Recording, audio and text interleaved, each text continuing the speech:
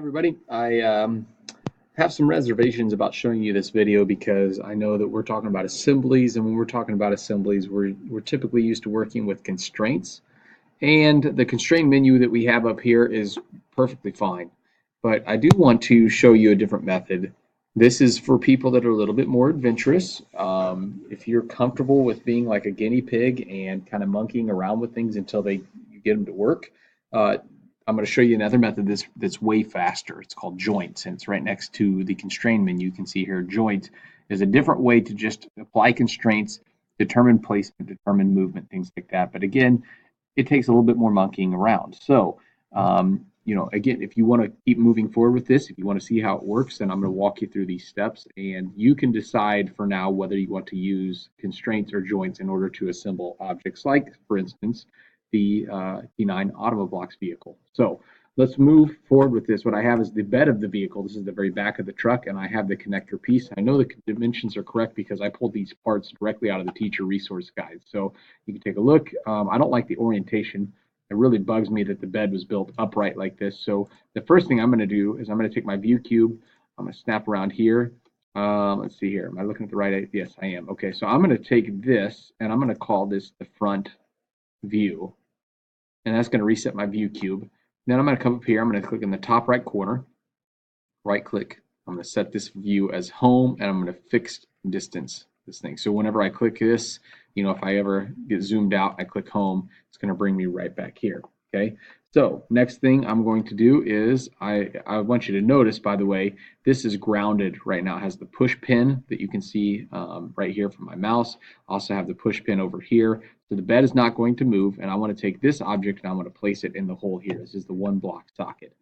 Now you could use constraints if you want to, but I just want you to see how easy this is again. So I'm going to go joints, come over here, and what I want to do is the first object that I choose is going to move to the second object. So I'm going to try to pick two things that are going to align with each other. So for instance, maybe this is the top. I'm going to zoom in a little bit. Maybe this is the top. I want you to notice that where I hover changes a lot of things. First of all, it changes the surface or the axis or the edge that I'm on. So right now I'm just on that top edge of the green connector piece. And here I'm on the front surface of it. You'll also notice that, see how that little circle, okay, that circle is going to tell me a lot because that deals with the alignment of the two objects. And up here you can see whenever I talk about connecting things that it wants to know the origin. That represents the origin. You can see the little circle shape up here. So what I'm going to try to do is I'm going to try to get the circle shape to line up on both objects. So right here, if I hover, what you'll notice is the circle is actually being kind of cut through the middle.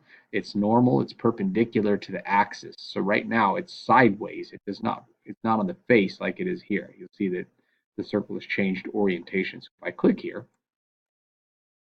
and I come over then, and I'm going to find the spot on this Automoblox back edge where it would be the same orientation right here. So not on the face, not on the back face, not in the center, no, nothing like that. I need to come here and I need to hover over the edge so that the circle is perpendicular. Again, that axis is cutting straight through the center of the circle. I'm just going to click. You'll see the thing lock into place. Now, lots of different kinds of constraints that I have here in the joints menu. Right now, it is a rigid constraint. Rigid means it won't be able to move. There are other kinds. If you click on them, you'll see it will show you what kind of movement you're allowing. So if I choose rotational, that thing would actually be able to rotate around like an axis, like a tether ball around the tether ball pole, right? We have slider, which allows it to slide in and out. I really don't want that. This thing is glued into place. I have cylindrical. Okay, so not only is it like the tether ball, but it can move left to right as well. I have planar, which means it just has to stay on the same plane, but everything else can be moving around. And we even have ball joints, which are pretty darn cool. I obviously don't want that here. So I'm going to choose a rigid. And the only thing that really gets people then is sometimes it doesn't line up like this. And I wish it wouldn't have, honestly, because this already looks good. So there would be no reason to make adjustments, but just let me show you for the sake of showing you what you could do. If the object doesn't line up correctly, let's say for instance, let's say that it comes over here and I do this alignment tool, I'm like, whoa, that's not right. Okay. There are all kinds of things that you can click up here. I shouldn't have done that because now this is way off. Let me try this again. Okay.